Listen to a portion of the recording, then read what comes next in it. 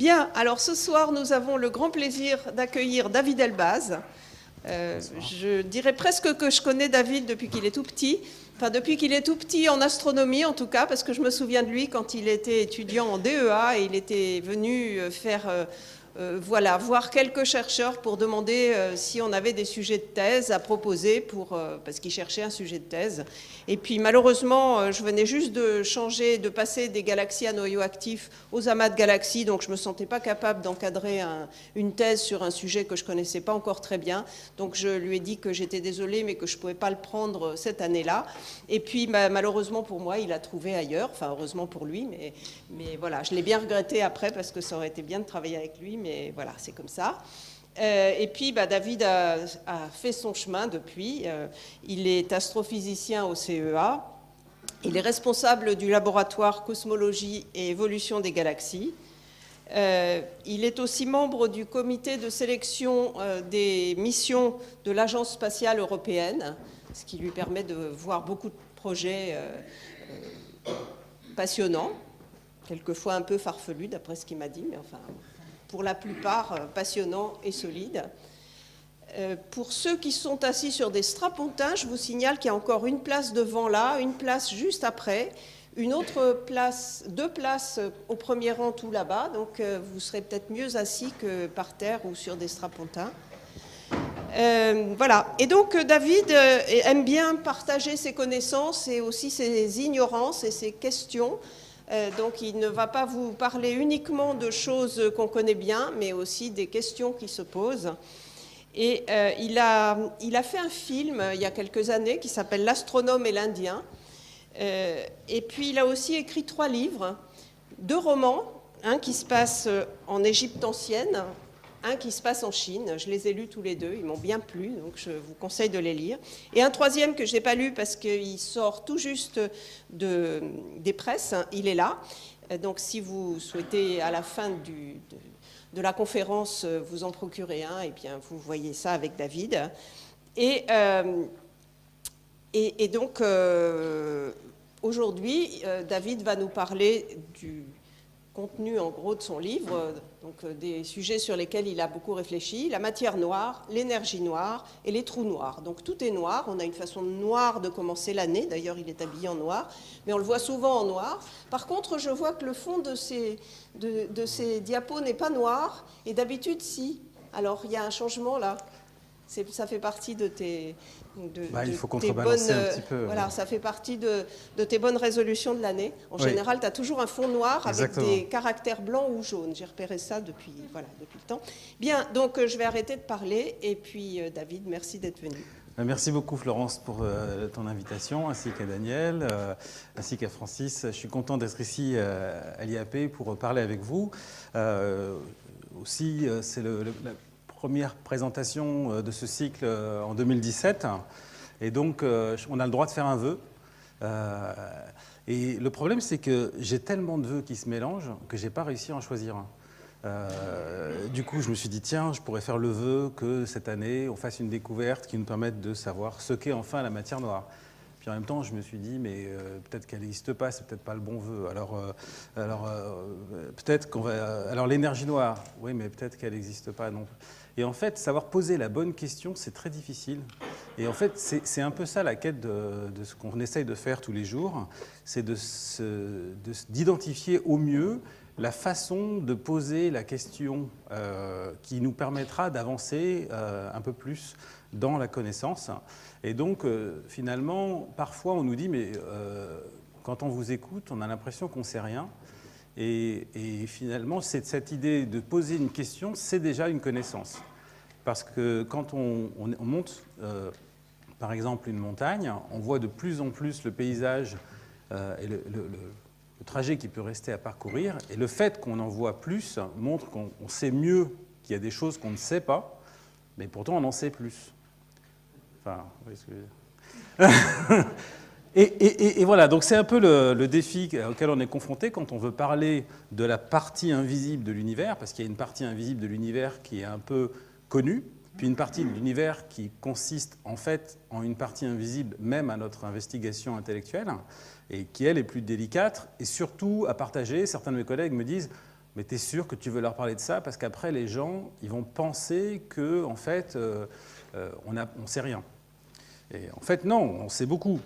Et justement, je me suis dit, face à ce reproche qu'on me fait souvent, j'ai pensé à Cervantes, je ne sais pas si vous vous rappelez, dans Don Quichotte. Il commence le livre en disant, vous savez, moi j'ai un esprit qui est un petit peu étriqué, je ne connais pas grand-chose, mais tous les classiques, tous les gens qui écrivent des livres à son époque citent toujours les grands classiques. Mais moi j'en connais peu. Alors du coup, au début de son livre, il cite tous les classiques. Il dit, bon, ben, maintenant que c'est fait, je vais vous raconter mon histoire. Et donc, voilà, j'ai envie de vous dire, voilà, on connaît des galaxies qui sont si lointaines que leur lumière a mis pratiquement 13,8 milliards d'années à nous arriver. Elles sont nées quelques millions d'années après le Big Bang. On a maintenant la preuve définitive de l'existence des trous noirs, parce qu'on a détecté des ondes gravitationnelles récemment.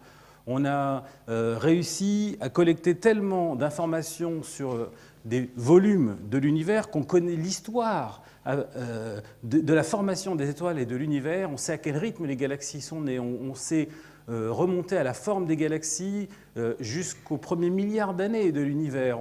On a maintenant la capacité de voir les déformations de l'espace-temps jusqu'à des très grandes distances. On voit beaucoup de choses.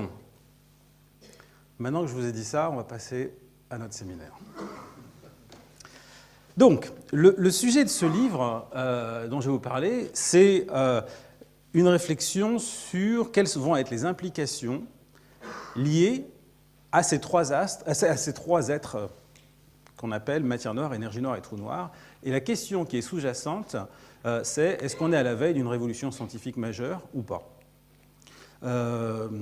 Et c'est vrai que j'aime bien me dire qu'on est à la veille d'une révolution scientifique majeure. Et finalement, ce qui me motive tous les jours quand je me lève le matin, c'est de me dire que peut-être que quelqu'un va faire une découverte extraordinaire. Et peut-être que demain, à 14h30, vous allez lire dans le journal une découverte extraordinaire qui révolutionne complètement notre compréhension de l'univers. Et ça peut arriver à tout moment. C'est pour ça qu'on est dans une époque, pour l'astrophysique, qui est extraordinaire. Pour d'autres domaines, c'est peut-être moins extraordinaire. Et donc, la première chose que je voudrais vous dire, c'est que quand on a commencé à faire de la physique, je ne vais pas faire beaucoup de rappels historiques, mais je vais juste vous rappeler cette idée-là. On a observé ce qui était visible dans l'univers, par exemple des étoiles mouvantes, des astres mouvants, donc des planètes. Et de là, on en a déduit l'existence de lois invisibles, comme la loi de la gravitation. Et en retour, ces lois invisibles, comme la gravitation ou les interactions fondamentales, nous ont conduit à voir de manière indirecte des composantes de l'univers qui sont elles-mêmes invisibles, mais qu'on a déduit des lois invisibles. Donc là, ça commence à être un peu plus troublant, parce que finalement, on n'avait pas du tout prévu le coup. On essayait de comprendre comment se transformait la partie visible de l'univers. On en a déduit des principes dont on ne sait pas trop bien où ils sont inscrits. Déjà, rien que l'idée qu'il existe des principes invisibles, des constantes fondamentales de la physique, qu'il existe ne serait-ce que le nombre pi inscrit quelque part, où ça est-ce que c'était au moment du Big Bang, avant, etc. Déjà, ça pose problème, mais une fois qu'on accepte ces lois invisibles et qu'on les applique partout dans l'univers, on est amené à déduire l'existence de composantes invisibles. Et maintenant, cette boucle, elle ne s'arrête pas là, parce que ces composantes invisibles nous conduisent à douter des lois invisibles qu'on a utilisées pour déduire l'existence de ces composantes invisibles. Et là, normalement, vous devriez vous dire, bon, ça va, il n'a rien compris. Et c'est ce que je vous disais au début, mais non, on connaît les galaxies lointaines, etc., etc. Donc on pourrait boucler comme ça pendant longtemps, mais on va essayer d'avancer. Alors, d'abord, si j'arrive à cliquer, voilà. Commençons par c'est un article qui a été publié en 1919 par quelqu'un qui s'appelle Ed Barnard, qu'on voit ici, qui est un des premiers astrophotographes du ciel. Et il a écrit un article qui s'appelle « Sur les marques noires qu'on voit dans le ciel ». Et il a publié un catalogue de 182 marques noires qu'on voit dans le ciel, comme celle-ci. Et parmi ces marques noires, il a dit « Il serait imprudent de supposer que toutes les régions noires que l'on trouve sur les photographies du ciel sont dues à la présence de masses opaques situées entre nous et les étoiles. » Vous avez deux possibilités quand vous voyez un truc comme ça. Soit quelque chose masque la lumière des étoiles, soit c'est un trou. Il a dit, dans un nombre considérable de cas, aucune autre explication n'est possible, mais certaines de ces régions sont assurément des vides. Alors, le problème, c'est que et c'est ce qui a été souligné par l'éditeur de l'Astrophysical Journal lorsque ça a été publié, il a mis dans l'introduction du journal, il a dit « Si ce genre de choses étaient des trous, alors il faudrait expliquer pourquoi on ne voit pas les étoiles qui sont en arrière-plan. Et donc ça ne peut pas être des trous, ça peut être que des tubes qui sont très grands et qui sont centrés sur nous. Et donc vous auriez comme ça plein de trous qui seraient centrés sur vous parce que vous ne voyez pas les étoiles d'arrière-plan. » Et donc l'éditeur a dit « Je ne crois pas à la possibilité qu'il y ait des vides, ça ne peut être que des pleins. » Alors, ce paradoxe-là entre le vide et le plein, c'est quelque chose qu'on retrouve souvent en astrophysique, et la quête de l'invisible, ça a d'abord été d'essayer d'aller voir dans ces régions-là. Vous voyez ici un astronome qui a l'air tout à fait malin, avec une main dans un sac poubelle, pour illustrer le fait qu'on peut cacher une main. Et derrière cette vérité profonde, on peut aussi faire une image en infrarouge et découvrir que la main, finalement, est une source de chaleur et qu'elle est bien, elle n'a pas disparu au moment où il a mis la main dans le sac. Et de la même manière, si vous regardez cette région-là en infrarouge, vous voyez à travers le sac et vous voyez les étoiles en arrière-plan qui sont là. Alors, ces étoiles que vous voyez là ne sont pas dans la petite zone, elles sont en arrière-plan, et on pense que ce globule est en fait une région qui est tellement dense que si elle était entre nous et le Soleil, on ne verrait plus le Soleil, et elle est tellement dense qu'elle va donner naissance à quelques étoiles dans le futur. Le satellite Herschel, qui a été envoyé il y a quelques années et qui a fini sa mission, a permis d'explorer un peu plus avant ces régions noires du ciel et de faire une découverte majeure sur la façon avec laquelle naissent les étoiles. Vous voyez ici, alors je ne sais pas si vous voyez bien avec le contraste qu'on a ici, mais ici vous avez une zone sombre, une espèce de filament noir, et de la même manière on peut se demander est-ce un vide entre les étoiles ou est-ce que c'est de la matière dense. Donc c'est la région sombre numéro 168, imagée par Ed Barnard, et qui est à 4000 années-lumière de nous, et quand on la regarde maintenant dans l'infrarouge lointain, on constate que dans la région sombre se trouve une source de lumière, alors que dans les régions lumineuses se trouvent des sources d'obscurité dans l'infrarouge. Et quand on regarde un peu plus, avec un plus grand contraste dans l'infrarouge lointain, on décèle la présence de filaments de poussière dans lesquels se trouvent les cocons d'étoiles qui vont naître, et il se trouve que les plus grandes sources de lumière sont celles qui sont dans ces régions sombres. Si vous comptabilisez la quantité de lumière qui est faite par la totalité des étoiles que vous aviez dans l'image visible, elle est moins grande que la quantité de lumière qui est faite dans les régions comme ça. Pourquoi ? Parce qu'un soleil fait une puissance lumineuse d'un soleil. Vous me suivez ? Un soleil fait une puissance lumineuse. 10 soleils font 10 puissances lumineuses d'un soleil. Mais la masse de 10 soleils dans une seule étoile fait 4000 puissances lumineuses d'un soleil. Vous avez mis que 10 fois la masse du soleil. Donc si vous faites une étoile de 10 masses solaires, vous faites autant de lumière que 4000 étoiles. Si vous faites une étoile de 20 masses solaires, c'est à la puissance 3,5, de l'ordre 2. Donc en fait, il suffit de quelques étoiles massives pour faire plus de lumière que toutes les autres étoiles. Sauf que ça a un prix. C'est quand on est gros, on meurt jeune. Hein non, je sais, ma femme me le dit tous les jours. Et elle m'a offert la montre, d'ailleurs, ça suit le rythme cardiaque, et ça m'a traumatisé. Si on a le droit à 1 milliard de pulsations cardiaques, ce qui est la loi, machin. Mais revenons à nos trucs. Ça veut dire que ces étoiles vont mourir en quelques millions d'années, alors que le Soleil peut vivre 10 milliards d'années.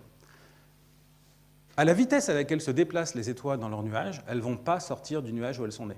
Donc, ces étoiles, qui ont quelques dizaines de masses solaires, vous ne les verrez jamais, à part quelques cas où elles ont commencé à détruire le nuage de poussière qui est autour d'elles, et vous pouvez commencer à les voir. Donc, la plupart des étoiles qui viennent de naître sont invisibles, elles sont dans la poussière. Or, c'est un problème, parce que quand vous regardez le ciel, vous pouvez utiliser le fait que la lumière met un certain temps à vous arriver pour voir des époques reculées dans le passé.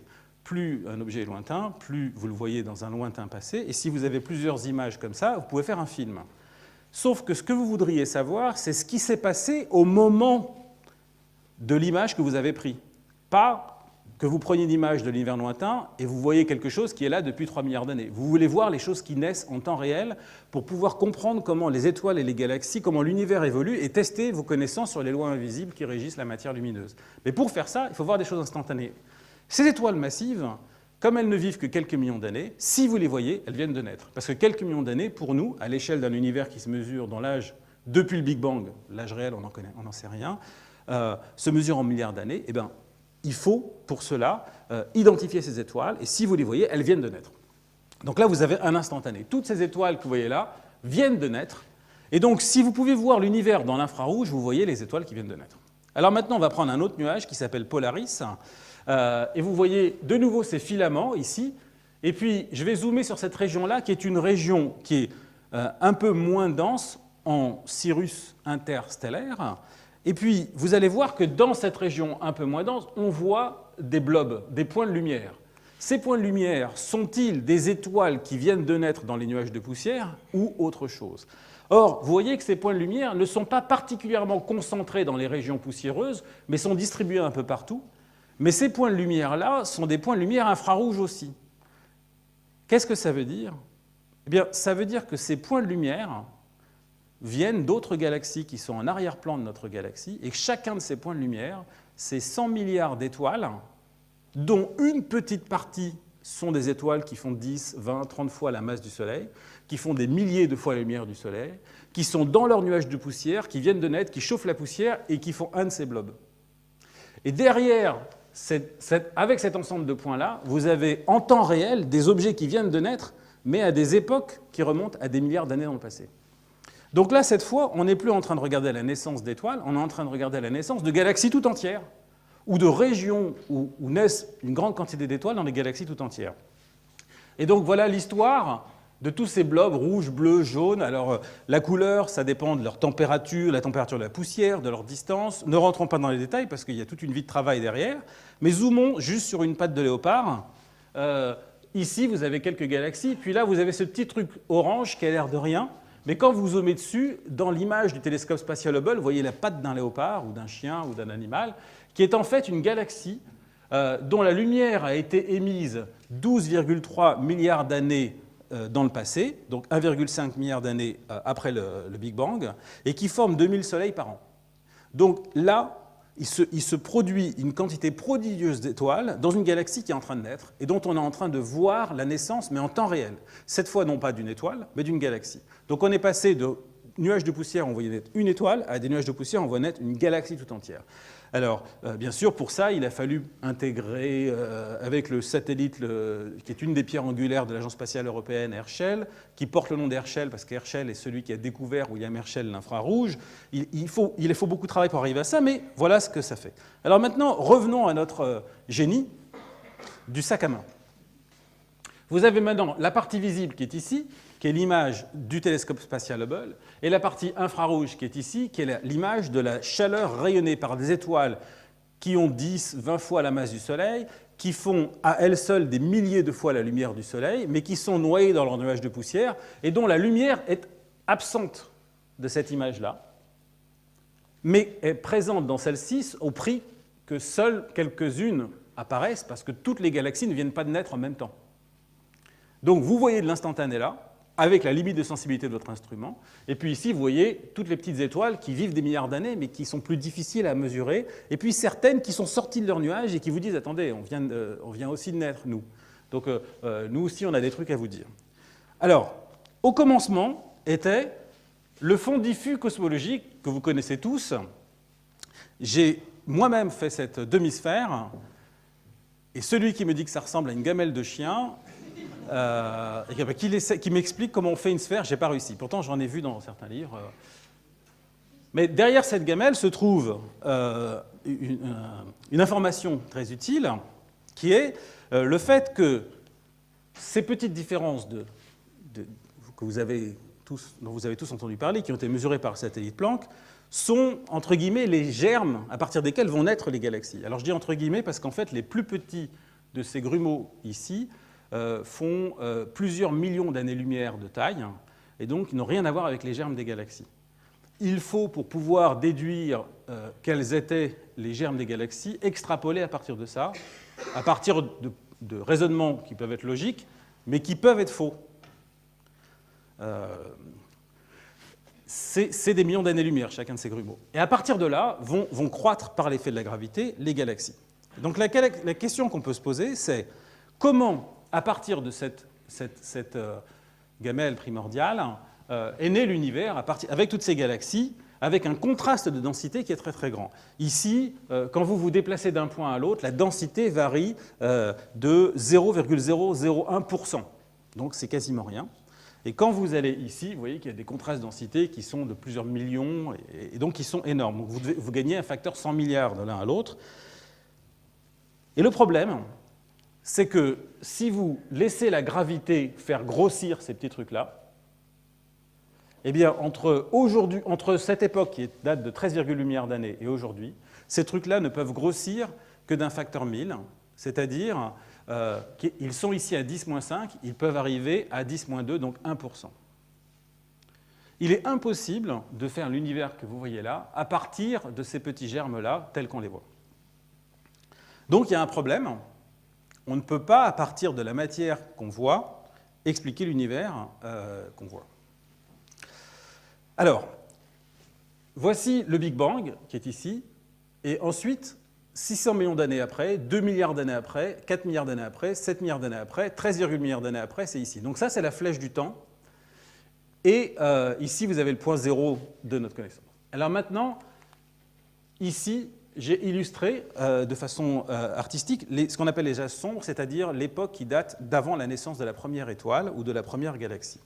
Et dans ces âges sombres, eh bien, on n'a aucune lumière pour aller voir ce qui s'est passé. Et maintenant, on va prendre une boîte d'univers qui a quelques millions d'années-lumière de taille, une boîte. Et cette boîte, vous voyez qu'elle est plus petite ici que là, parce que quand l'univers était petit, c'est-à-dire quand la partie de l'univers observable, quand vous remontez dans le passé, la partie de l'univers observable était beaucoup plus concentrée sur elle-même. Et donc, si vous voulez suivre la même partie de l'univers, votre boîte fictive doit grandir avec l'univers. Et si vous aviez, par exemple, 7 galaxies dans cette boîte-là, eh ben c'est 7 galaxies, et qu'il n'y avait aucune évolution, aucune étoile ne naissait, aucune galaxie naissait, mais imaginons que les galaxies aient toujours été là de tout temps, eh bien vous auriez toujours 7 galaxies dans chaque boîte, et puis la boîte va grandir, et vous avez toujours 7 galaxies, rien ne se passe. Donc ça, c'est un univers qui est le plus ennuyeux qui puisse exister. Maintenant, ce qu'on va essayer de faire, c'est de remonter la véritable histoire de naissance des galaxies et pas simplement celle où les galaxies étaient déjà là. Donc pour ça, on va commencer à se demander quelle est la partie visible de l'histoire de l'univers, celle qui est décrite par le télescope spatial Hubble. Avec un peu d'informations sur l'instantané, c'est la partie de la lumière ultraviolette qui a échappé à la poussière, et voilà l'histoire qu'on voit. Cette histoire a commencé ici avec un taux de naissance d'étoiles et de galaxies. Cet axe ici, c'est le nombre de galaxies qui naissent, le nombre d'étoiles qui naissent par unité dans cette boîte de l'univers. Et vous voyez que ça a monté, de plus en plus de galaxies, d'étoiles, de formations d'étoiles se sont produites, et puis ça a chuté jusqu'à aujourd'hui. Maintenant, on va passer à la partie invisible de l'histoire, celle des quelques blobs où naissent les étoiles de 10-20 masses solaires qu'on voit dans l'infrarouge. Et vous voyez que ça monte aussi, et puis ça descend, mais c'est toujours au-dessus. C'est-à-dire que vous avez un facteur de l'ordre de 6-7 fois plus de formation d'étoiles que vous pouvez voir avec l'infrarouge que ce que vous pouvez voir à partir de la partie visible. Donc, première étape dans notre quête de la recherche de l'univers invisible nous enseigne que la véritable histoire de notre naissance, à travers l'histoire de la naissance des étoiles dans l'univers et des galaxies, eh bien, elle a cette forme-là, elle a augmenté jusqu'à il y a quelques milliards d'années, puis chuté. On est dans une phase de crise où la formation des galaxies chute de façon drastique. Maintenant, on va essayer de comprendre pourquoi, ayant fait ce bilan complet, pourquoi les galaxies, à partir de ces germes-là, ont commencé à monter puis à descendre pour arriver à l'univers d'aujourd'hui. Alors pour comprendre ça, il faut d'abord essayer de comprendre comment résoudre l'énigme du début qui était qu'on ne peut pas former les galaxies telles qu'on les voit là à partir de ces simples petits grumeaux, parce qu'il n'y a pas assez de temps pour que les gravités agissent. Et donc là, certains d'entre vous, j'imagine, connaissent bien cet homme, Fritz Zwicky, mais je voudrais juste vous raconter une petite anecdote. Il était un étudiant, il a reçu une bourse Rockefeller pour aller travailler aux États-Unis, pour développer des travaux en mécanique quantique. Il travaillait sur la physique du solide, sur la mécanique quantique. Et quand il est arrivé là-bas, on lui a demandé où est-ce que tu veux travailler. Il a dit je voudrais travailler dans un endroit où il y a des montagnes, parce qu'il adorait le ski. Quand il a appris qu'à Caltech, il y avait des collines, des montagnes autour, il s'est dit c'est bon. Et quand il est arrivé là-bas, il a dit mais qu'est-ce que c'est que ça? C'est pas des montagnes, c'est juste des petites collines. Qui était Caltech, une des plus grandes universités américaines, mais lui, il n'en avait rien à faire. Ce qu'il voulait, c'était skier. Et donc, il est accueilli par Bob Millikan, prix Nobel de physique, et il lui dit « Monsieur Millikan, j'ai lu tous les articles que vous avez écrits, j'ai écouté toutes les conférences que vous avez données, et je peux vous dire catégoriquement que je n'ai jamais trouvé la moindre idée originale que vous puissiez honnêtement revendiquer comme la vôtre. » Très bien, jeune homme, et vous? Moi, j'ai une idée originale tous les 2 ans, et j'irai même plus loin, nommez le sujet, je vous apporterai l'idée nouvelle. Très bien, je nomme l'astrophysique.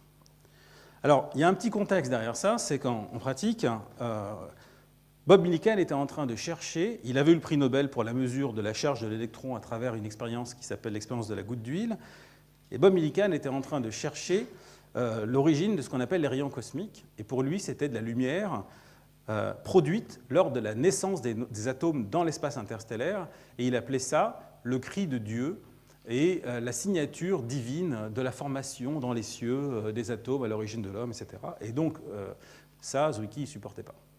Donc c'est pour ça qu'il est venu le provoquer. Du coup, Zwicky est parti en quête de l'origine des rayons cosmiques. Il a compris que c'était des particules parce qu'il savait qu'il y en avait un taux différent à l'équateur et au pôle, et que la seule chose qui variait, c'était le champ magnétique, et que les photons, n'étant pas sensibles au champ magnétique, ça devait être des particules chargées. Il en a déduit que ça devait être des explosions d'étoiles qui faisaient ça, parce que l'énergie qu'il fallait fournir devait être prodigieuse.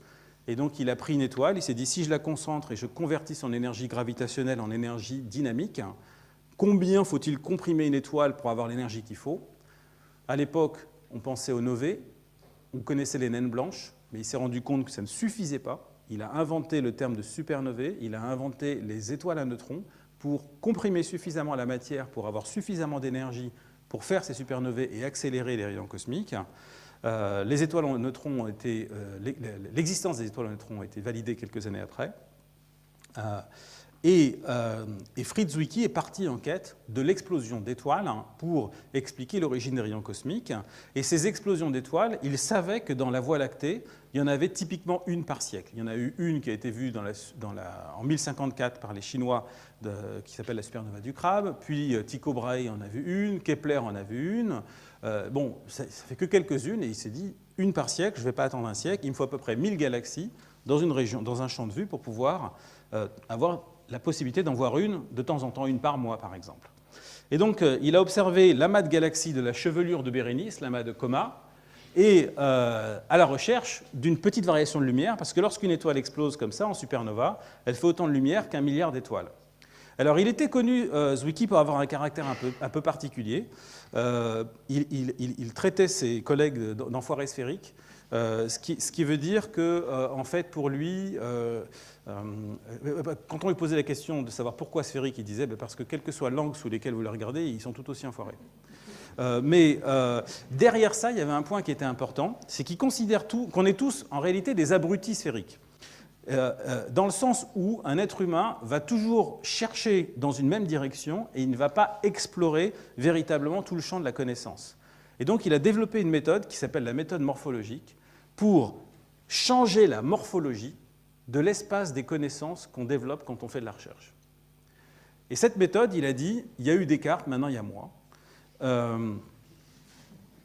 Et c'est pour ça qu'il a dit que j'ai une idée géniale tous les 2 ans.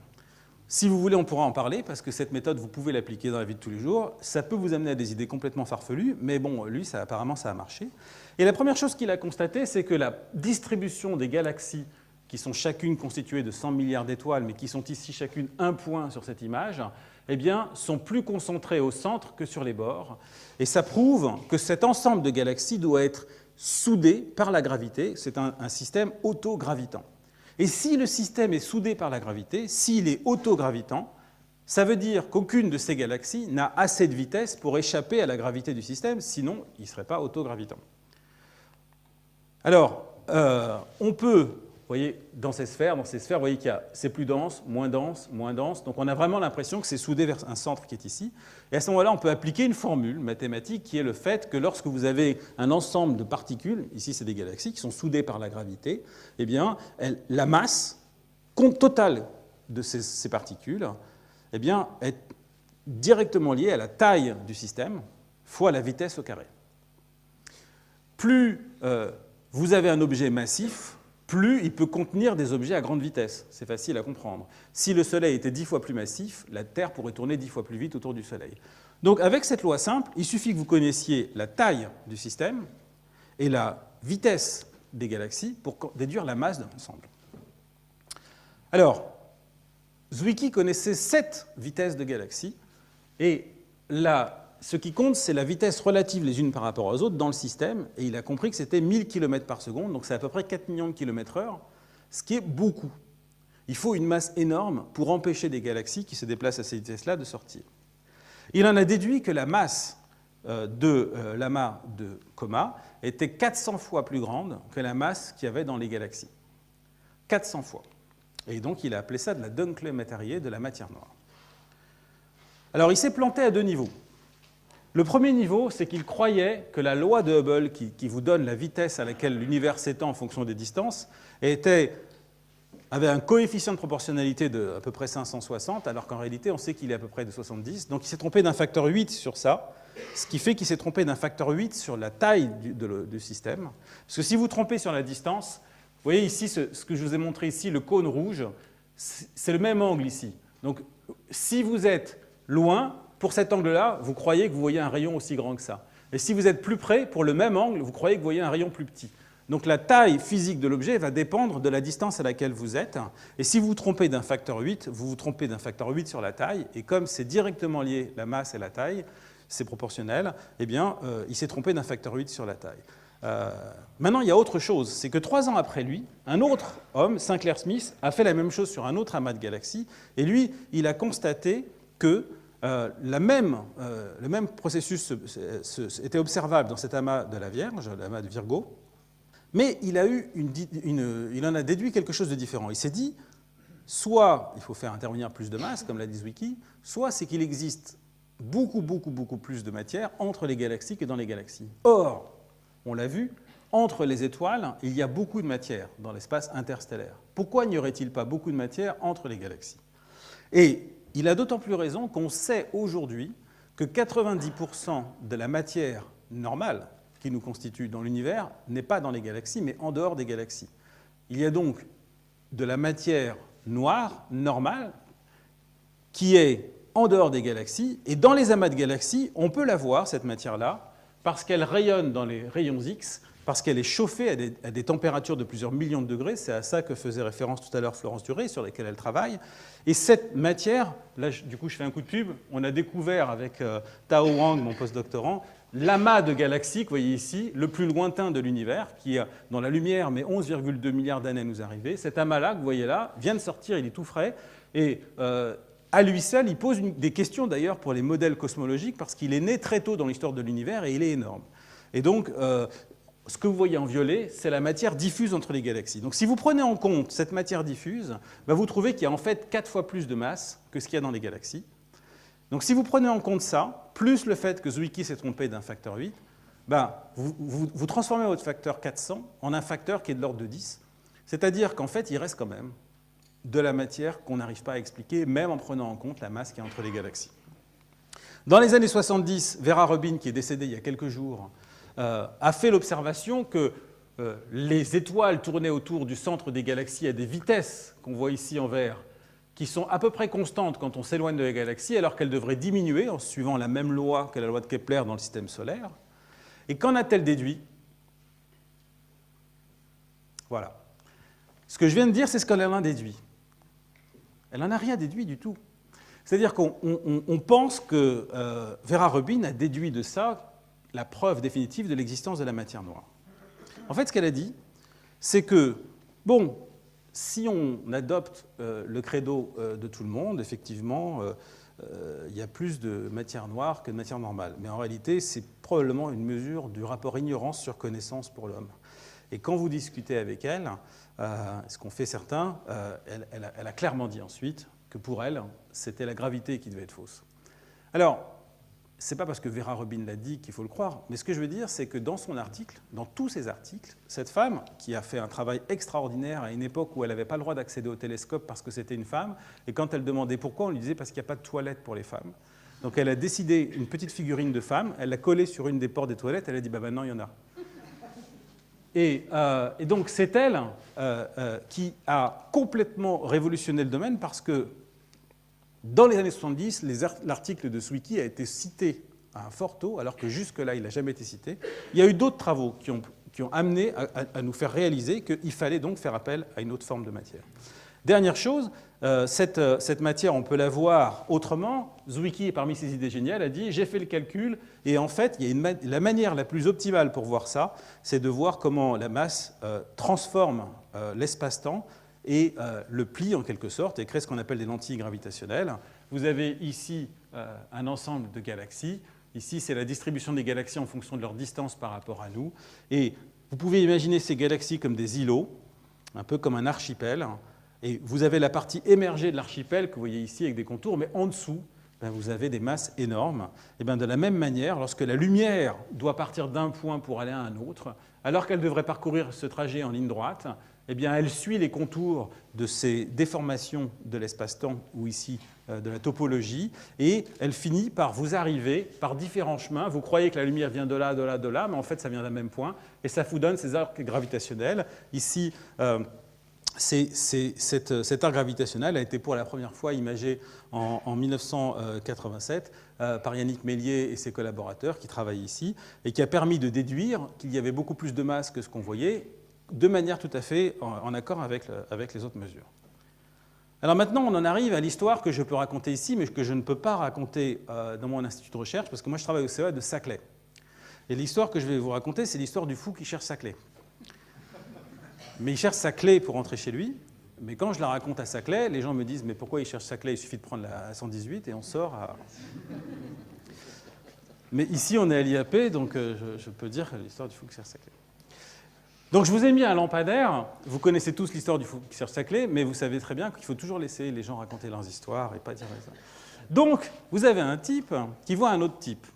L'autre type est en train de chercher quelque chose sous un lampadaire. Et le premier lui dit « mais qu'est-ce que vous faites ?» Alors je suis content parce que je la raconte, mais vous ne pouvez pas m'empêcher. Quand je suis tout seul avec quelqu'un, il dit « c'est bon, je la connais ». Mais là, vous êtes trop... Donc je continue. Et donc il dit bah, « qu'est-ce que tu fais ?» Je cherche. « Mais tu cherches quoi ?»« Ma clé. »« Mais tu l'as perdue sous ce lampadaire ?»« Non. » Alors pourquoi tu cherches ce lampadaire? Parce que là, il y a de la lumière. Alors, dans l'histoire, c'est un fou. Mais nous, on appelle ça un astronome. Alors, en pratique, un astronome, qu'est-ce qu'il fait? Il prend un lampadaire. On appelle ça un quasar, nous. La matière qui est entre les galaxies, dont je vous ai dit qu'elle était invisible, elle est trop peu dense, trop peu lumineuse pour que vous la voyiez. 90% de la matière normale est située entre les galaxies. Donc, vous ne pouvez pas trouver la clé de l'histoire des galaxies. C'est joli, hein, c'est la clé de... Bon. Et vous ne pouvez pas trouver la clé de l'histoire des galaxies sans avoir vu la matière qui est située entre les galaxies. Et donc, vous cherchez sous le lampadaire, qui est un quasar, dont la lumière, pour arriver jusqu'à vous, traverse les nuages de matière intergalactique et qui va être absorbée par cette matière intergalactique, s'il y en a, et qui va vous permettre d'étudier la nature de cette matière intergalactique. Par exemple, de voir si elle est constituée d'atomes d'hydrogène, de deutérium, d'hélium, de lithium, etc. Et vous pouvez comme ça remonter très très loin dans le passé de l'univers pour voir quel était l'état de la matière. Et quand les gens font ça, bon, d'une part, ils arrivent à voir que dans les époques les plus reculées de l'univers, quand on comptabilise la quantité de matière qui est traversée par les quasars, ça rend bien compte des 90% de matière manquante dont je vous disais qu'elle n'est pas dans les galaxies. On la retrouve. Mais quand on regarde ça aujourd'hui, dans l'univers proche, on ne la retrouve pas. On cherche toujours sa clé. Ou votre clé, mais là, ça marche pas.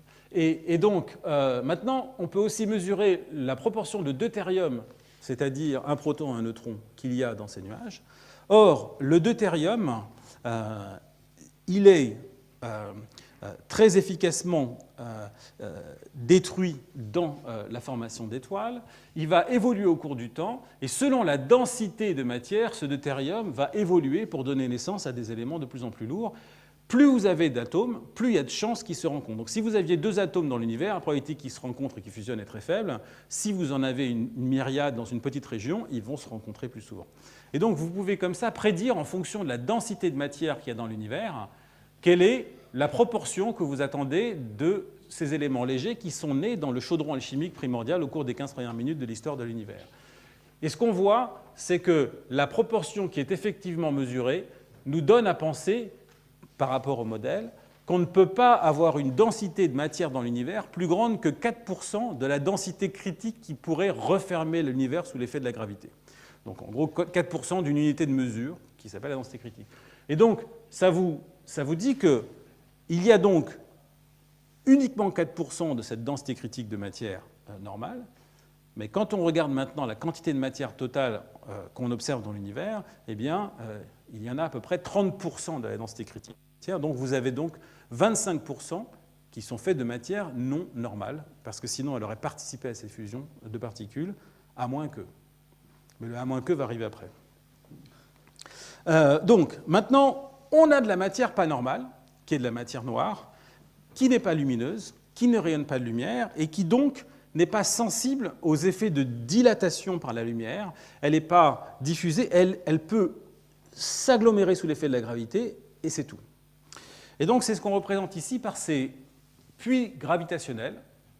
Et les galaxies vont naître dans les puits gravitationnels plus profonds que les grumeaux qu'on a vus tout à l'heure, qui sont des puits faits de matière noire. Si maintenant vous ajoutez aux petits germes dont j'ai parlé tout à l'heure des puits gravitationnels creusés par la matière noire, dans lesquels la matière lumineuse peut s'effondrer et même osciller, alors à ce moment-là, vous avez suffisamment de gravité pour donner naissance aux galaxies.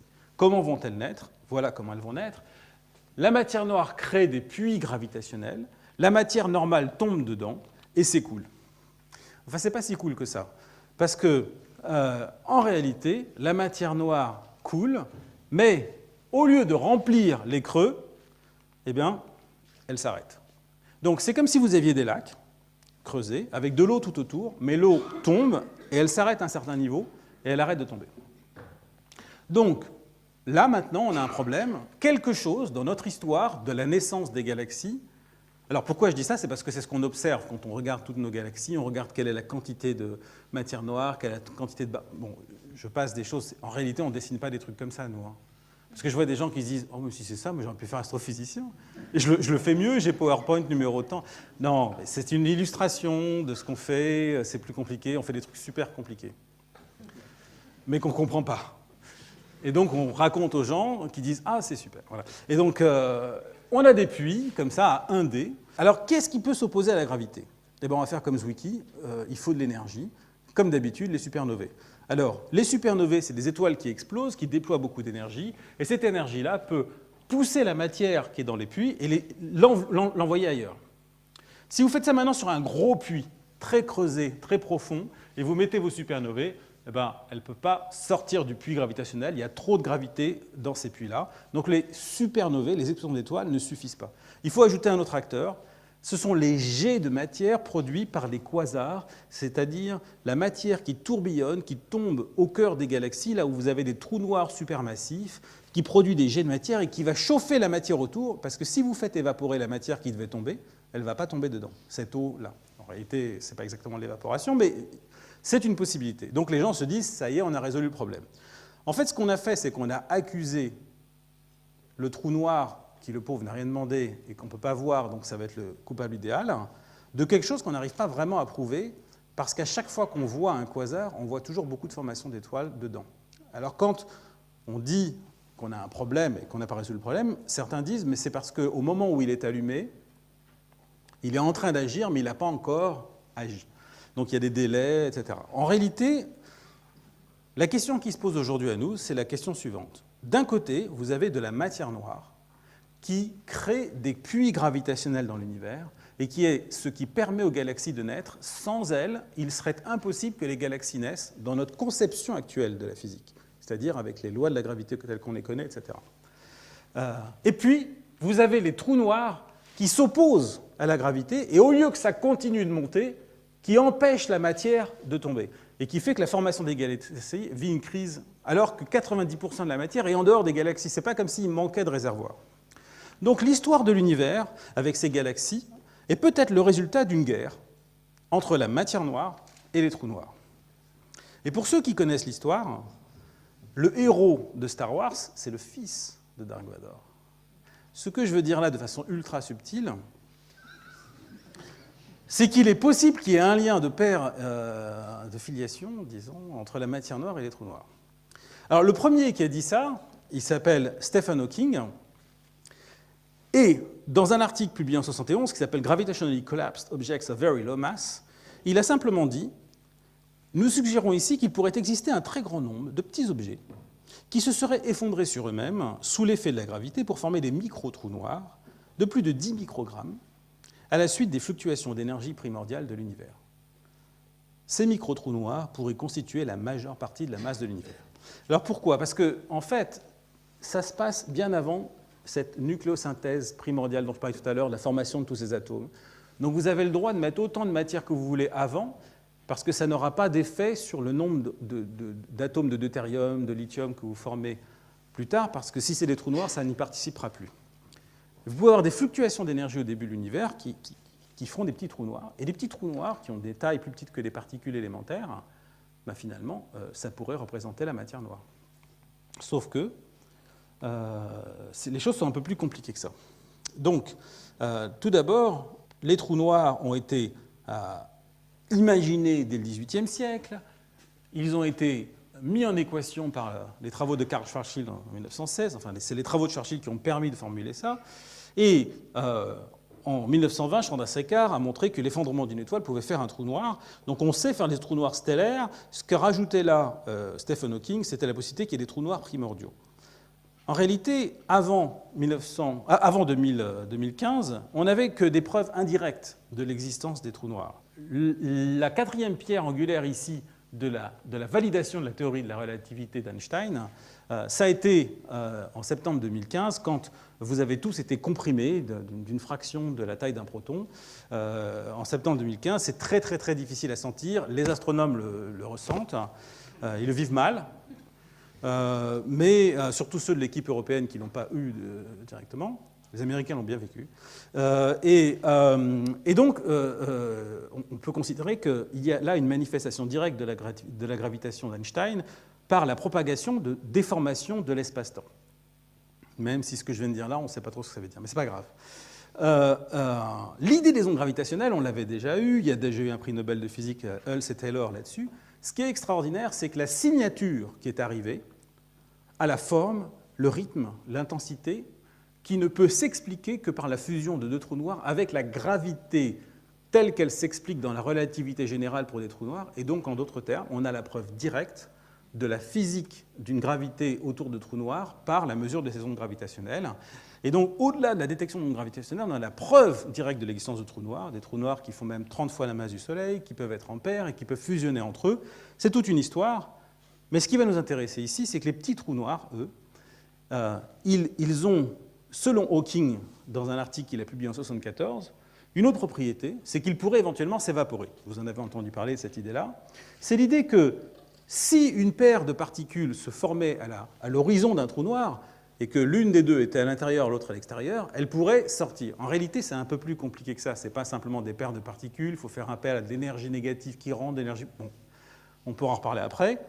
Faisons une boule rouge et une boule blanche. Ça s'évapore. Alors, premier point, l'article d'Hawking dit « les trous noirs explosent ». C'est-à-dire que ce mécanisme va accélérer parce que plus le trou noir est petit, plus sa capacité à déchirer en quelque sorte le vide quantique est forte. Et il dit qu'à terme, un petit trou noir d'une gigatonne, un petit truc qui a la taille d'un proton, eh bien, met 13,8 milliards d'années à s'évaporer. Donc s'il était né au moment du Big Bang, il exploserait aujourd'hui. Et il exploserait dans l'équivalent d'un million de mégatonnes de bombes H. Donc, là, ça pose un problème, parce que si les petits trous noirs expliquaient la matière noire et qu'ils avaient été formés au moment de l'inflation, au tout début de l'histoire de l'univers, eh bien, il devrait s'en être formé des petits qui auraient dû exploser entre cette époque et maintenant. Et donc, on aurait dû voir ce signal et on ne le voit pas.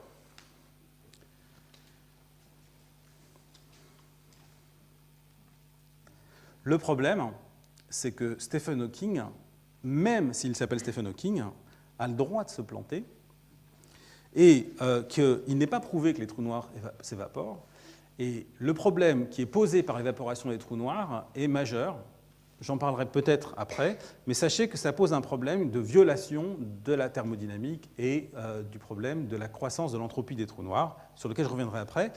Mais il va y avoir un moment donné où il va falloir confronter la vision de Hawking avec la vision de la thermodynamique.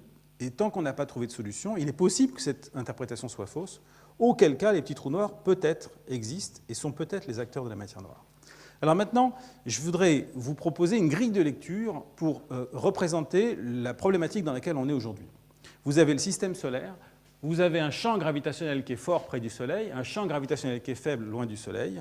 Et quand vous regardez le mouvement de la planète Uranus, Le Verrier, Adams ont constaté que ce mouvement se décalait d'une manière qui ne s'expliquait pas par la seule gravité des objets visibles. Ils ont déduit l'existence d'un astre noir qui est la planète Neptune. Et en plaçant Neptune à sa place, qui a été observé au télescope, eh bien, on pouvait expliquer le mouvement d'Uranus. Mais à cette époque-là, avant que Neptune soit découverte, le physicien Airy, par exemple, pensait que c'était parce que quand on est loin du Soleil, quand le champ gravitationnel est faible, la loi de la gravitation n'est plus la même que Newton, et il faut la modifier. Et donc là, il y a ce que j'appellerais une illusion du premier type, qui est que lorsque vous voyez un phénomène que vous n'expliquez pas avec votre loi, vous pouvez confronter à une illusion qui consiste à penser qu'il faut changer votre loi, alors qu'en réalité, c'est parce qu'il faut invoquer une forme de matière noire. Est-ce qu'il faut changer la loi, ce que certains proposent, de la gravitation dans les amas de galaxies, ou pour expliquer les courbes de rotation des galaxies? Ils disent modifions la loi de la gravité, ou bien est-ce que c'est une illusion, cette idée qu'il faut modifier la gravité, qui est provoquée par de la véritable matière noire? Ça, c'est la première possibilité. Deuxième possibilité, c'est quand Le Verrier l'a appliqué à la planète Mercure et qu'il a essayé d'expliquer le mouvement de Mercure, qui était lui aussi inexplicable par la gravité de l'ensemble des astres autour du Soleil, il a invoqué la présence de nouveau d'un astre noir qu'il a appelé Vulcain. Et puis, il l'a cherché toute sa vie, il ne l'a jamais trouvé. Il a été victime d'une deuxième forme d'illusion, l'illusion du deuxième type, que j'appelle l'illusion mercurienne. Cette fois, il fallait changer la loi. C'était la relativité générale qu'il fallait appliquer quand on est en champ gravitationnel fort. Donc on a deux types d'illusions. Et maintenant, qu'est-ce qu'on fait avec la matière noire? Est-ce qu'on est dans le premier ou dans le deuxième cas? Alors là, vous faites voter les collègues et chacun va avoir un point de vue différent. Voici mon point de vue. Je vais vous faire une prédiction. Le neutron a été prédit 12 ans avant sa détection. Le neutrino a été prédit 26 ans avant sa détection, à peu près un facteur 2. Le boson de Higgs a été prédit 50 ans avant sa détection, de nouveau un facteur 2. Si vous êtes encore plus subtil, la matière noire a été prédite 100 ans avant sa détection et il sera détecté en 2033, le 14 février 2033, très exactement. Point barre. Mais est-ce que la matière noire est point barresque? Ou est-ce qu'on est mal barré? Et à partir du moment où est arrivée la découverte de ces trois bonshommes, certains ont commencé à douter. Adam Riess lui-même, lorsque cette découverte a été faite, dont vous avez entendu parler, a dit « Quand vous lirez ce qui va suivre, ne croyez pas ce que votre cœur et votre raison voient, mais ce que vos yeux voient. » Parce qu'il se doutait bien que les types, s'ils commençaient à réfléchir, jamais ils le croiraient. Un tout petit écart de 30% dans la magnitude des supernovae, qui étaient utilisées comme des indicateurs de distance parce qu'elles produisaient à peu près toujours la même quantité de lumière, suggérait qu'on s'était planté sur les distances et que donc l'univers était en train de s'étendre de plus en plus vite. Et donc, en fait, on était face à un individu qui prend un ballon de football, qui shoote dedans, et au lieu que le ballon retombe, il se met à accélérer, il part. Là, le type se dit « Waouh ! Ne crois pas ce que ton cœur et ta raison voient, crois ce que tes yeux voient. Le ballon de football est parti. » Alors, voilà le ballon de football. Le taux d'expansion de l'univers, ici, c'est-à-dire la vitesse à laquelle se séparent deux points qui sont séparés typiquement de 3 millions d'années-lumière. Et puis ici, c'est le temps cosmique. Donc, je n'ai pas mis le Big Bang cette fois, je mets 380 000 ans après le Big Bang, qui est le moment où on commence à voir les choses, et puis après, le temps s'écoule comme ça. Eh bien, la vitesse, elle a diminué jusqu'à il y a 6,5 milliards d'années. Et il y a 6,5 milliards d'années, cette vitesse d'expansion a arrêté de diminuer et elle s'est mise à augmenter. Et elle s'est mise à augmenter à tel point que si je prédis le futur à partir de ce qu'on observe, elle va augmenter de façon exponentielle. Et en d'autres termes, on est au début d'un nouveau Big Bang ou d'une nouvelle inflation. Alors on appelle ça la nouvelle inflation. Et celle qui a suivi le premier Big Bang, on appelle ça la première inflation ou l'inflation primordiale. Est-ce que c'est la même? On n'en sait rien. Sachez que la première inflation a multiplié l'univers par un facteur 2 173 fois. Enfin, l'univers. La distance entre deux points a été multipliée par 2 173 fois. Combien de fois la distance entre deux points a été multipliée par 2 depuis cette accélération de l'expansion de l'univers qui a été observée? Pas même une fois. Donc, on en est à peine au premier cycle d'une inflation nouvelle. Et si on ne considérait pas le temps en secondes, en minutes, en heures, en milliards d'années, etc., mais en nombre de cycles d'un phénomène qui produit une accélération de l'expansion de l'univers, ben on n'est qu'au premier cycle. Et donc, si vous voulez savoir comment ça va se terminer, il faut en attendre 173. Donc, pour l'instant, on ne sait pas trop ce qui va se passer dans le futur de cette expansion accélérée, mais ce qu'on sait, c'est qu'il semble y avoir une forme d'énergie d'un autre type qui accélère les ballons de football et qui représente à peu près 68%. Alors, j'ai représenté en tronc et en branche, parce que c'est super joli, la partie non lumineuse de l'univers, parce qu'on ne les voit pas. Et puis, c'est à peu près la proportion pour un chêne de masse entre les branches, les troncs et les feuilles. Et 5% de la matière normale, c'est les feuilles. Et s'il y avait des petites cerises là-dedans, mais il n'y a pas de cerises dans les chênes, mais bon, elle ferait 0,5%. C'est réaliste comme truc. Elle ferait 0,5% de la masse. Pour vous embrouiller, on peut faire ça en camembert, parce qu'on est en France. Le noir ici, c'est 0,5%, c'est les étoiles, ces petites cerises. Ça, c'était il y a 10 milliards d'années. La matière noire dominait, et puis l'énergie noire, une petite quantité, parce qu'il n'y avait pas beaucoup de cet espace. Allez, on va dire énergie du vide, même si on n'en sait rien. Il y a 3,6 milliards d'années, il y avait 50-50, c'était kiff-kiff, comme on dit bourricot. Et dans 7 milliards d'années, 90% d'énergie noire. Donc ça veut dire qu'on va être complètement dominé par cette énergie. À moins que, troisième type d'illusion, qui a été proposée, où on habiterait dans une Hubble Bubble. Alors qu'est-ce que ça veut dire la Hubble Bubble, en dehors du fait que c'est super à prononcer? Ça voudrait dire qu'on serait au centre d'une sphère qui aurait un peu moins de galaxies qu'à l'extérieur de cette sphère.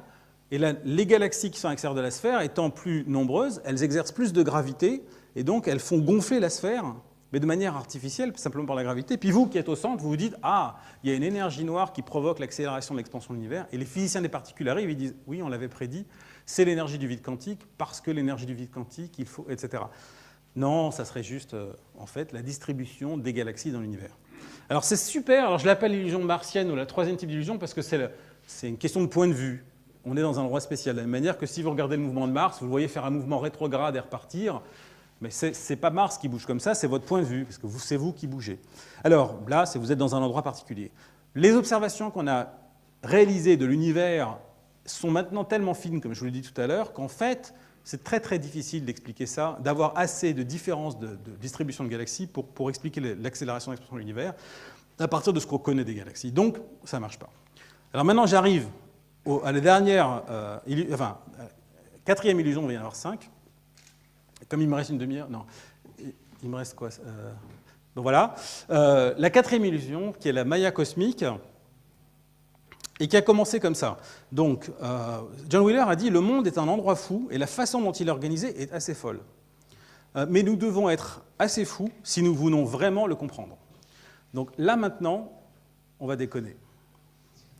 Alors, John Wheeler racontait que sa vie se divisait en 3 parties, selon qu'il pensait que tout est particules, tout est champ ou tout est information. Et là, on arrive dans la 3e partie de sa vie, et c'est là où ça va commencer à devenir un peu fou. John Wheeler, c'est le type qui a inventé le terme de trou noir. Quand il a proposé ça dans son article pour Physical Review, l'éditeur a dit que ce terme était obscène. Ce à quoi Wheeler a répondu « Mais les trous noirs n'ont pas de cheveux ». Alors, la calvitie du trou noir l'a conduit à un problème majeur. Il était dans son bureau, il avait une tasse de thé, et il s'est dit, ma tasse de thé ayant refroidi, si je verse du thé dedans chaud, eh bien j'aurai du thé chaud. C'est un théoricien.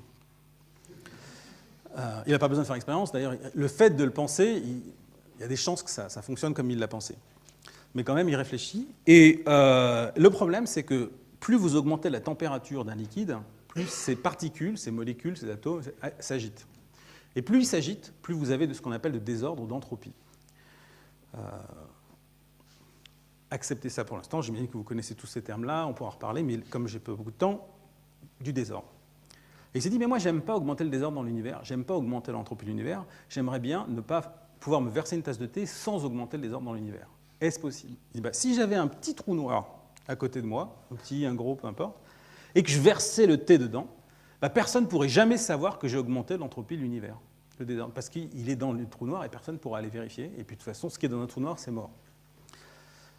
Sur ce, son étudiant, Jacob Bekenstein, arrive dans son bureau et il lui dit qu'est-ce qu'il y a, boss? Vous avez l'air... Et Wheeler lui fait, écoute, j'ai un problème, ça gratte. Et il lui raconte son histoire. Et là, Bekenstein lui dit, je vais réfléchir. Il va dans son bureau, et là, il réfléchit. Alors là, puis il revient. Et quand il revient, il lui dit, boss, en fait, quand vous avez versé du thé dans le trou noir, vous avez augmenté la masse du trou noir. Or, un trou noir, en fait, sa masse ne peut qu'augmenter. Et quand sa masse augmente, il y a un théorème de Stephen Hawking qui dit que sa taille augmente. En fait, l'horizon du trou noir augmente, elle est directement proportionnelle à la masse. Et donc, vous avez une propriété totalement analogue entre le fait qu'un trou noir ne peut que grandir et le fait que le désordre dans l'univers ne peut que grandir. D'ailleurs, je crois bien que c'est la seule chose que je connaisse qui se comporte de la même manière que l'entropie et que le désordre. Je vais donc dire que la surface d'un trou noir est analogue à l'entropie, au désordre, parce qu'elle ne peut que grandir et qu'elle suit la même loi. Et, après il développe, si je subdivise de façon quantique cette surface en petites cellules de taille de Planck, qui est la longueur qu'on utilise toujours quand on veut aller petit mais qu'on ne sait pas trop quoi dire, parce qu'en réalité, ce n'est pas non plus complètement physiquement justifié, mais ce n'est pas grave, on se planque derrière la longueur 2. Et de toute façon, vous avez une incertitude quantique sur l'horizon d'un trou noir. Vous ne pouvez pas dire avec une précision parfaite que l'horizon d'un trou noir est là, parce que selon la relativité générale, ça va, mais la mécanique quantique vous dit que vous avez une indétermination des choses. Cette indétermination, elle est quantifiée par la constante de Planck, et vous pouvez supposer qu'il y a une sorte d'épaisseur de votre horizon, et donc cette épaisseur, finalement, va vous conduire à imaginer des petites cellules. Et il a dit, si je regarde ces cellules, je peux considérer que vous avez un nombre d'objets qui sont ce nombre de cellules. Or, Boltzmann avait déjà dit que l'entropie ou la quantité d'information pouvait être quantifiée par une constante, la constante de Boltzmann, fois le logarithme du nombre de choses que vous pouvez... Prenez la chambre d'un enfant. S'il a 3 jouets, il peut faire un peu de désordre. S'il a 100 000 jouets, il peut faire beaucoup de désordre. Et vous faites K log de nombre de jouets et vous pouvez savoir combien de désordre il peut faire. Donc, de la même manière, si vous jouez avec des petites cellules de Planck à la surface d'un trou noir, plus vous en avez, plus vous faites de désordre, plus vous pouvez inscrire d'informations. Et donc, comme le trou noir grossit quand vous mettez du thé, finalement, la quantité d'informations que vous avez perdues ou d'entropie que vous avez mis dans le trou noir se retrouve totalement à la surface du trou noir. Et c'est ce qu'on appelle l'effet Wheeler-Bekenstein-Hawking, parce que Hawking a voulu dire que Bekenstein avait tort, et il en est arrivé à l'évaporation des trous noirs dont j'ai parlé tout à l'heure, et je vais vous dire pourquoi ça aboutit à un paradoxe maintenant. Donc cet effet Wheeler-Bekenstein-Hawking, c'est 1, Wheeler, j'ai un problème avec ma tasse de thé, 2, Bekenstein qui dit non, boss, c'est pas un problème, c'est la surface qui ne peut que grandir comme le désordre, 3, Hawking qui arrive et qui dit si vous donnez une entropie à la surface d'un trou noir, c'est une propriété thermodynamique. La thermodynamique, c'est l'étude du changement de température des systèmes qui échangent de la chaleur. Et donc, vous allez avoir un lien direct entre cette entropie, sa variation d'entropie, et la température. Et si vous associez une température à la surface d'un trou noir, ça rayonne. Je suis allé relire l'article de Bekenstein parce que je me suis dit, mais quand même, c'est un type qui a après fait aussi beaucoup de choses, le type était ultra brillant. Je me dis, il devait s'en douter. Et vous lisez dans l'article, ça c'est extraordinaire, on ne le dit pas, ça souvent, mais il dit, bien entendu, associé à cette entropie, à la surface du trou noir, il y a une température du trou noir. Mais n'allez pas croire que c'est une vraie température parce que ça pose des problèmes. Il le dit dans l'article. Donc, on va utiliser cette température dans le calcul, il donne la formule, il la développe, il l'utilise dans son calcul, mais je ferai comme si ça n'en était pas vraiment une parce que ça pose des problèmes. Et le problème en question, il n'est pas fou, c'est que si le trou noir rayonne, toute son idée va à la poubelle. Puisque son idée, c'était que le trou noir ne pouvait que grandir, qui était une propriété analogue à l'entropie qui ne peut que grandir. Si vous commencez à dire qu'un trou noir peut rayonner parce qu'il a une température, il peut perdre de l'énergie et donc il va diminuer. Et il n'est plus du tout analogue à la croissance de l'entropie. Et donc tout le principe de base ne marche pas et normalement, c'est direct poubelle. Ben non. Ce n'est pas direct poubelle. Ça arrive à un débat dont vous pouvez encore lire les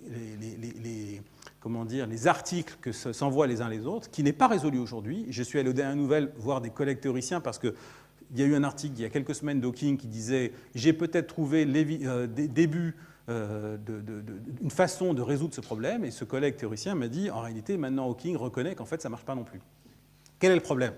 C'est que vous avez inscrit l'information à la surface du trou noir et donc vous ne l'avez pas perdue.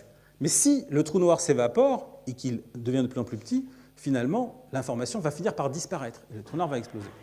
Alors au début, des gens comme Susskind et d'autres ont dit « Mais non, parce que lorsque les deux particules s'en vont comme ça, elles sont liées par la mécanique quantique du fait que quand deux particules ont été l'une avec l'autre, lorsqu'elles sont séparées, elles restent toujours intriquées. Elles sont toujours liées. C'est la fameuse expérience EPR qui avait été imaginée par Einstein pour contrebalancer la physique quantique, parce que deux objets qui sont à n'importe quelle distance, si vous en touchez un, va affecter l'autre. Comme si ça allait plus vite que la lumière, la mécanique quantique répond « Mais non, c'est que ces objets sont intimement liés ». Si vous avez de l'intrication quantique, alors lorsque deux particules se séparent, celle qui part, avec l'évaporation du trou noir, emporte l'information qui était stockée à la surface avec elle grâce à une intrication quantique.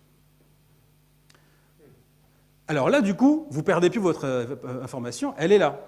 Sauf qu'au bout d'un moment, le trou noir disparaît et elle est intriquée avec qui, la particule qui est partie? Donc, de nouveaux problèmes. Alors à ce moment-là, Hawking est arrivé, il a dit « Oui, mais alors les trous noirs n'ont pas de cheveux, mais enfin, ils ont des petits cheveux mous. » Donc ça, c'est son dernier article. Les trous noirs ont des petits cheveux mous.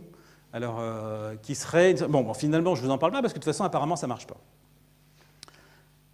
Ça, c'était dans les années 90, et puis les relents de tout ça, c'est aujourd'hui. Mais ce qui va nous intéresser pour conclure, c'est que deux types, un qui s'appelle Ted Jacobson et un autre qui s'appelle Gerhard Toft, se sont dit, mais attendez, les horizons des trous noirs, c'est une chose, mais en fait, ces propriétés des horizons des trous noirs, on peut les appliquer à d'autres horizons, et en théorie de la relativité, des horizons, il y en a plein. Il y a l'horizon cosmologique, il y a ce qu'on appelle l'horizon des particules, il y a un autre horizon dans l'univers qui s'appelle l'horizon des événements. Il y a les horizons de Rindler. Vous prenez cet objet, s'il accélère de manière continue, alors, si une étoile explose ici, eh bien, à une certaine distance, il est possible que si cet objet est en accélération continue, sa lumière ne vous arrive jamais, même à la vitesse de la lumière. Donc on peut définir un horizon de Rindler, horizon de Unruh, qui est tel qu'au-delà de cette limite, la lumière ne vous arrivera jamais. Donc c'est un horizon, quelque part, des événements. Un événement produit là ne vous arrivera jamais. Et donc cet horizon-là, vous pouvez lui appliquer le même raisonnement que Bekenstein et dire, cet horizon-là, il est quantifié, il a une entropie qui varie au cours du temps. A priori, c'est juste un simple raisonnement, sauf que... Et là, je prends la phrase de Tamu Padmanabhan qui est extraordinaire parce que dans un article, il dit ce qu'a fait Jacobson et Toft de son côté, mais c'est que la formule qui est là, regardez, pour l'instant, juste cette formule, c'est ds, S, c'est le nom qu'on donne à l'entropie, et D, c'est une variation d'entropie. Si j'ai une variation d'entropie, mais sur une surface qui est à l'horizon, donc qui est une surface à deux dimensions, selon les lois de la thermodynamique, elle est analogue à une variation d'énergie du système plus une variation du volume fois la pression. Donc ça, c'est des propriétés à 3 dimensions. Et ça, c'est des propriétés à 2 dimensions, puisque vous avez réussi à définir une information d'entropie sur 2 dimensions. Et si vous faites varier cette entropie, vous retrouvez ça. Or, toute la physique, c'est de déduire comment changent les choses quand vous faites varier l'énergie. Je prends ce truc-là, je le mets là, il a une énergie potentielle. Je le lâche, il tombe, il a une énergie cinétique. Hop, il donne son énergie cinétique, il chauffe la table, etc. C'est que des variations d'énergie. C'est que ça. Si vous arrivez à exprimer la physique à 3 dimensions à partir d'une propriété à 2 dimensions, vous êtes dans une vision qu'on appelle holographique, c'est-à-dire que vous n'en avez rien à faire de la 3e dimension. Vous expliquez à partir de 2D et 3D, sauf que quand vous développez ce calcul-là à partir des concepts dont je vous ai parlé avant, vous retrouvez l'équation d'Einstein de la relativité générale, à partir de formulations thermodynamiques. Et Pellman-Havan dit ça serait quand même troublant que la nature se soit débrouillée pour que quand on écrit des propriétés à 2 dimensions de quelque chose, on retrouve l'équation d'Einstein, c'est donc que l'univers n'a que 2D, ou au moins qu'on peut expliquer la gravité comme un phénomène à 2 dimensions. Et donc là, on rentre dans une vision holographique de l'univers, où certains disent eh bien, la gravité s'explique par des processus à 2 dimensions. D'autres, comme Toft ou Susskind, vont encore plus loin et disent non, non, c'est tout l'univers qui est un hologramme, oubliez la 3e dimension, elle n'existe pas. Ce qui plaît énormément à tous les théoriciens des cordes, parce que la théorie des cordes, ça consiste à dire j'ai pas de problème avec la singularité au centre des trous noirs qui tend vers une énergie infinie, j'ai pas de problème avec le Big Bang qui tend vers une énergie infinie, parce que vous ne pouvez pas aller au centre d'un trou noir, ni à des dimensions trop petites au moment du Big Bang, puisqu'il y a des tailles des particules qui sont définies par la taille des cordes, encore la longueur de Planck. Bon, Planckons-nous derrière, et donc vous avez des petites lignes comme ça, qui sont ces cordes. Ça, c'est la théorie des cordes. Et puis, vous avez la théorie de la gravitation quantique à boucle qui, elle, dit oubliez les particules, c'est l'espace-temps qui est granulaire, donc vous ne pouvez pas descendre aussi le temps que vous voulez. Ça évite les divergences à l'infini dans le trou noir et dans le Big Bang. Et dans la théorie des cordes, les particules sont des objets à 2 dimensions, et tout l'univers n'a que 2 dimensions. Et ce que dit Susskind, justement, c'est que finalement, à 3e dimension, bon, on n'a pas besoin, donc on va supposer qu'elle n'existe pas. Alors, voilà donc ces acteurs, et ça reviendrait à dire qu'en fait, il y aurait, c'est ce que dit Toft, un écran quelque part sur lequel serait écrite la gravité, les propriétés de l'univers, et il dit, mais j'aimerais bien savoir où est cet écran. Alors, il y a un type qui s'appelle Maldacena, qui a écrit un article, qui est aujourd'hui l'article le plus cité dans toute la physique théorique, qui lui a dit, ben moi, si je prends un univers qui n'est pas celui qui existe, qu'on appelle un univers anti-de Sitter, c'est-à-dire un univers qui est vide de matière et qui a une constante cosmologique négative, ça veut dire qu'au lieu d'avoir quelque chose qui accélère l'univers, ça fait l'inverse. Mais bon, peu importe, je peux définir quelque chose à 2 dimensions, c'est-à-dire je peux définir effectivement cette analogie entre 2D et 3D, mais de façon parfaitement mathématique. Et cet article-là, finalement, est d'une très grande puissance mathématique, ce qui a fait que les collègues, quand il y a eu la conférence où il a expliqué ça, ils ont fait la chanson « Oh, Maldacena », mais ils ont changé le nom.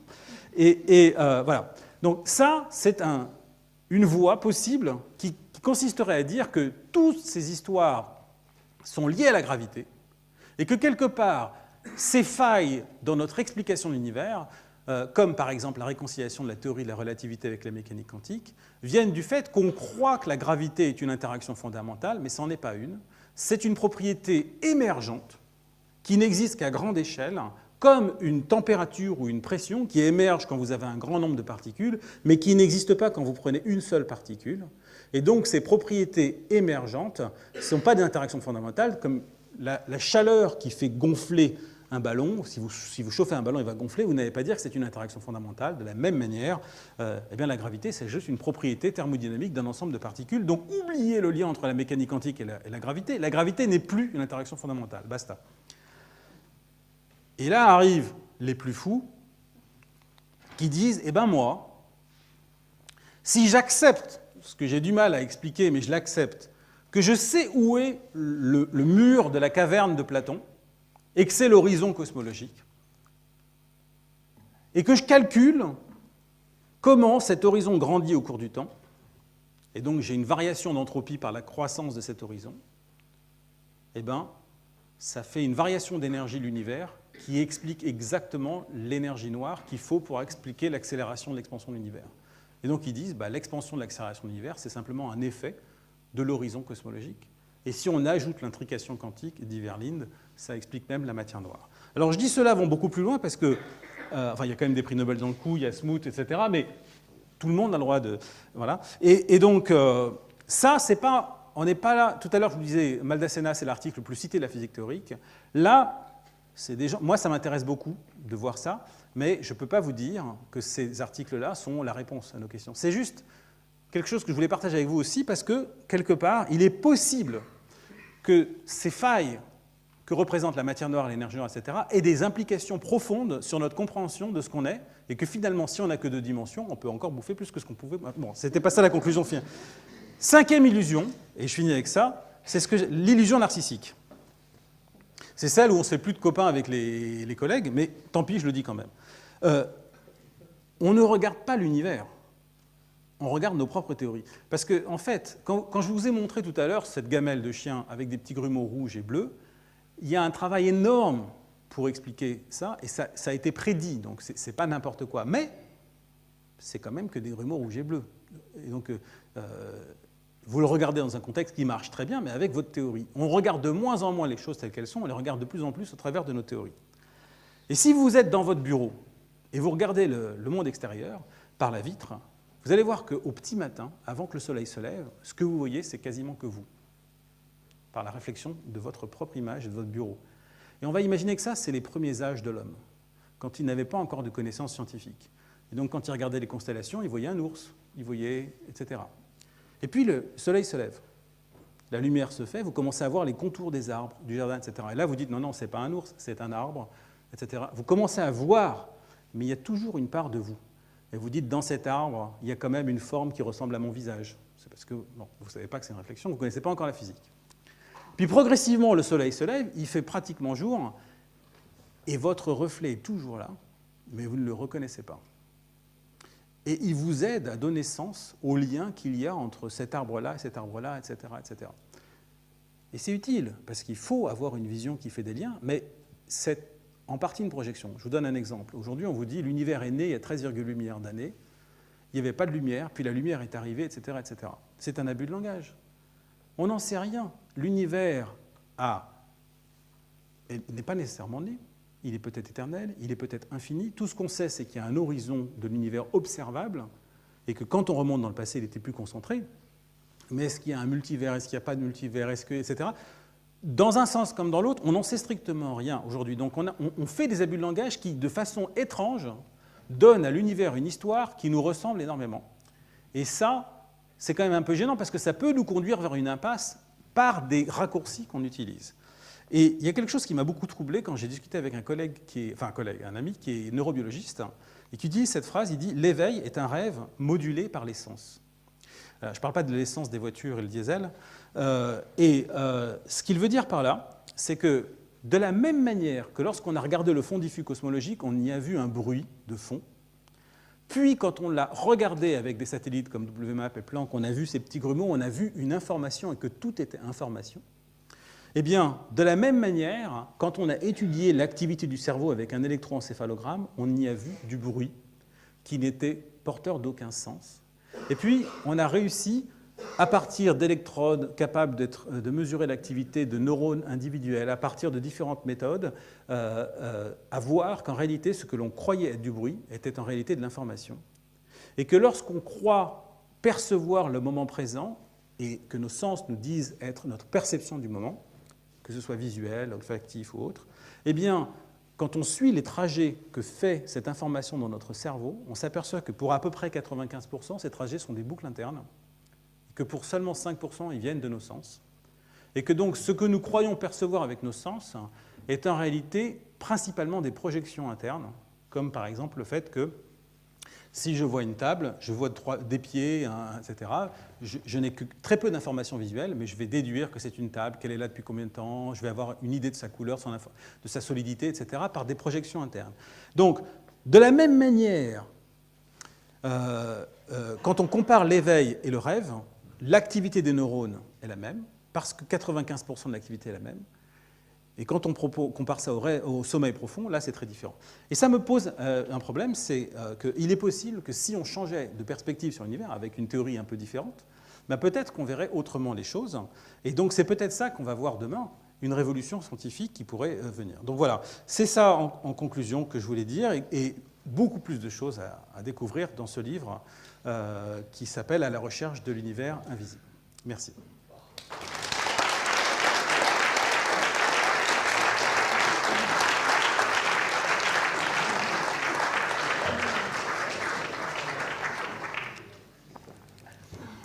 Merci beaucoup, David. On va prendre quelques questions, pas trop parce qu'il est déjà tard.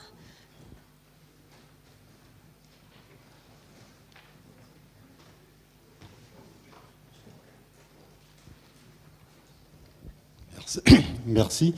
Vous avez cité Verlinde et sa gravité émergente où il a sorti des formules le trimestre dernier. Entre l'entropie de surface et l'entropie de volume.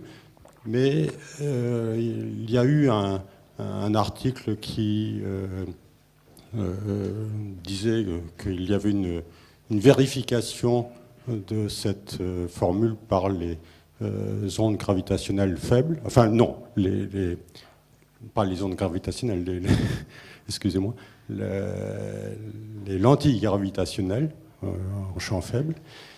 Et il y a une controverse avec Milgrom sur le changement des lois de la gravité monde. Et vous n'avez pas du tout parlé de monde. Et quel est votre point de vue sur cette controverse entre Milgrom et Verlinde? Alors, donc, tout à l'heure, je vous ai montré la courbe de rotation des galaxies, et en fait, je vous en montrais une, et en fait, ce qui est troublant, et ce que cet homme qui s'appelle Milgrom a écrit une théorie qui s'appelle monde, qui veut dire Modified Newtonian Dynamics, qui consiste à dire que lorsqu'on est loin de l'objet qui fait la gravitation, en champ faible, on tend vers une accélération, parce que F égale ma, qui est toujours la même qu'à 0. Mais il n'y a pas de justification scientifique à cette A0, c'est ça la faiblesse de monde, en dehors du fait que dans les amas de galaxies, ça ne marche pas bien aussi. Bon. J'en ai pas parlé là, mais j'en parle dans le bouquin, mais c'est parce que c'était trop long et c'est très intéressant comme théorie.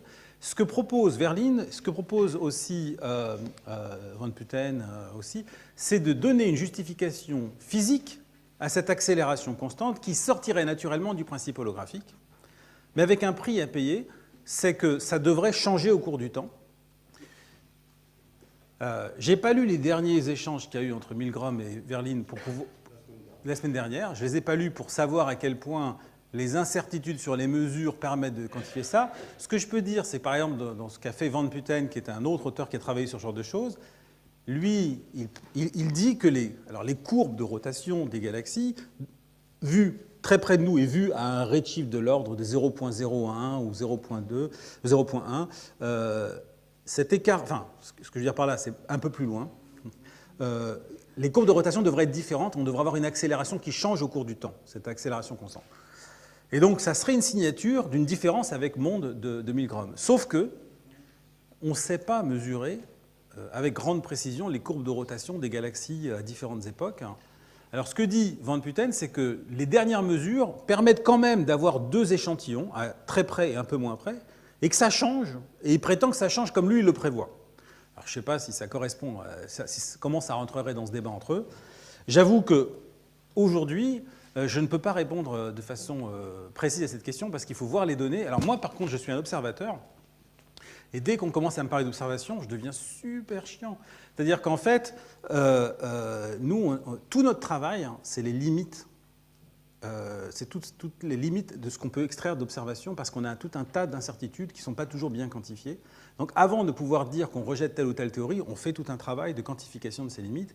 Et ça m'arrive souvent de lire 10 articles qui disent on peut faire ça et de penser qu'en fait je ne suis pas d'accord avec les 10.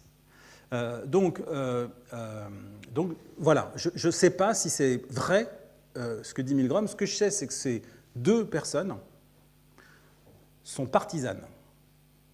Et sont peu crédibles. Alors, ils sont des très grands scientifiques, etc. Mais vous pouvez être sûr que chacun va tirer pour son camp. Donc, avant d'interpréter ce qu'ils disent dans un débat, il faut que vous alliez voir vous-même les données. Enfin, il faut une tierce personne. Donc, si vous m'aviez dit une tierce personne a confronté les deux et a vu ça, là, oui. Mais si c'est les deux entre eux, je crois ni l'un ni l'autre.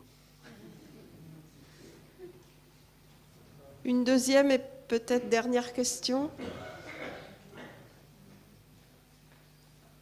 Je suis désolé, j'ai parlé très longtemps. Oui, ce qui est troublant, comme d'habitude, c'est le fameux trou noir de Hawking. Parce qu'en fait, il dit qu'il s'évapore, mais en fait, les paires qui sont faites sont du vide quantique et d'extérieur. Autrement dit, ce n'est pas le trou noir. Il y a une des deux. Bon, sur l'horizon, bien sûr, je crois que c'est à l'échelle de Planck 10-33, mais qu'importe. Mais en fait, la paire est faite à l'extérieur du trou noir. Une rentre dedans et l'autre part. Mais ce n'est pas le trou noir qui s'évapore. Donc, en fait, c'est pour ça que je dis tout à l'heure, c'est une image. Ah oui. En réalité, ce n'est pas une paire de particules. En fait, en théorie quantique des champs, il y a une énergie du vide quantique qui tend vers l'infini. Pour éviter ça, ce que font les théoriciens, c'est qu'ils font ce qu'on appelle de la renormalisation. et ce qui revient à attribuer une forme d'énergie négative qui contrebalance l'énergie positive. La théorie de la supersymétrie, par exemple, c'est une théorie qui explique ça. Donc effectivement, je me suis penché sur ce problème-là, parce que moi je ne suis pas un spécialiste de ce domaine-là, mais en fait, quand vous regardez ça, ce qui rentre dans le trou noir, c'est en fait une forme d'énergie. Dans les calculs, en fait, le terme qui rentre dans le trou noir, c'est une énergie négative. Donc en fait, le trou noir s'évapore parce qu'il bouffe de l'énergie négative qui a été puisée dans... Donc c'est un peu compliqué. Vous voyez. Donc c'est pour ça, là on atteint la limite de l'exercice où je vous dis il y a 2 particules et puis on a résolu le problème, puis après on réfléchit avec ça. C'est plus compliqué que ça. Allez, une toute dernière question. Non? Eh bien, merci beaucoup, David. Et puis, voilà. Alors, s'il y a des gens qui sont intéressés par le livre, il est moins cher que... normalement, il coûte 23 €, je le fais à 20 €, comme ça, c'est plus simple.